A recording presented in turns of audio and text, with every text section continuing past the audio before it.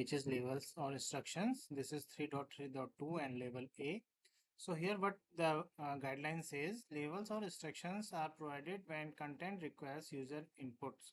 So the purpose of this guideline is provide the clear label or instructions, including examples like expected date formats. So that will help users, but particularly those who are cognitive, language or learning disabilities. So the example we can see over here. Here you can see for this email or phone field.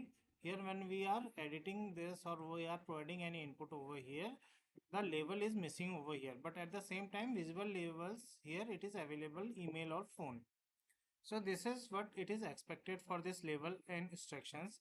Apart from this, what is the expectation is, suppose for example we have the date edit field when we used to provide any input on that particular form fields. So the date format is also mentioned sometimes on those edit fields as well, like DDYY or something like this.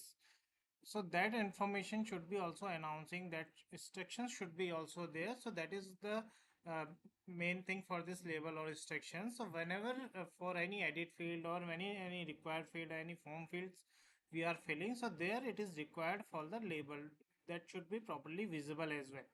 So who will be beneficiary for this? Like for the cognitive disabilities, like clear messages should be there. It is the expectation. So that will be reduce the confusion, like what we need to put over here and what is the purpose of this field, like email or phone. So here you can see email or visible labels are there, email or phone, right? So this is very clear what we need to put over here. Okay. So the next is text-based error identification ensure screen readers can announce the issue. As we have mentioned, as we have discussed, like suppose there is a, this date formats in edit fields like DDY, MMYY.